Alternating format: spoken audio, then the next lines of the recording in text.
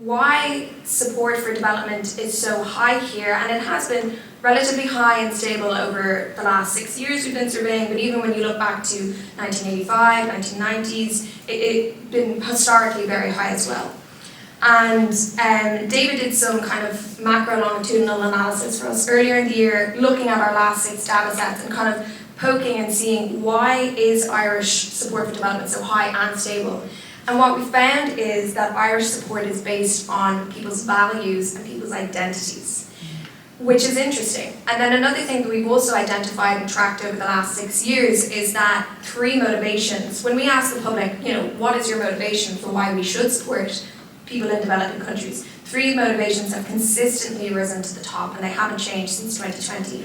And they're what I call the 3 H's. So it's a belief in human rights, it's a sense of shared humanity, and it's also a belief in humanitarian response. And so what we've actually also seen on the other end when we ask that question, we're seeing a shift away from traditional approaches to aid that are based on religion and charity and pity. And those 3 are the least cited motivations, by the way.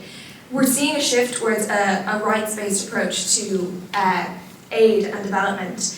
And so I think those are 2 really important insights that we've identified in Worldview, is that support in Ireland is based on people's values and identities, and it's motivated by human rights rather than pity.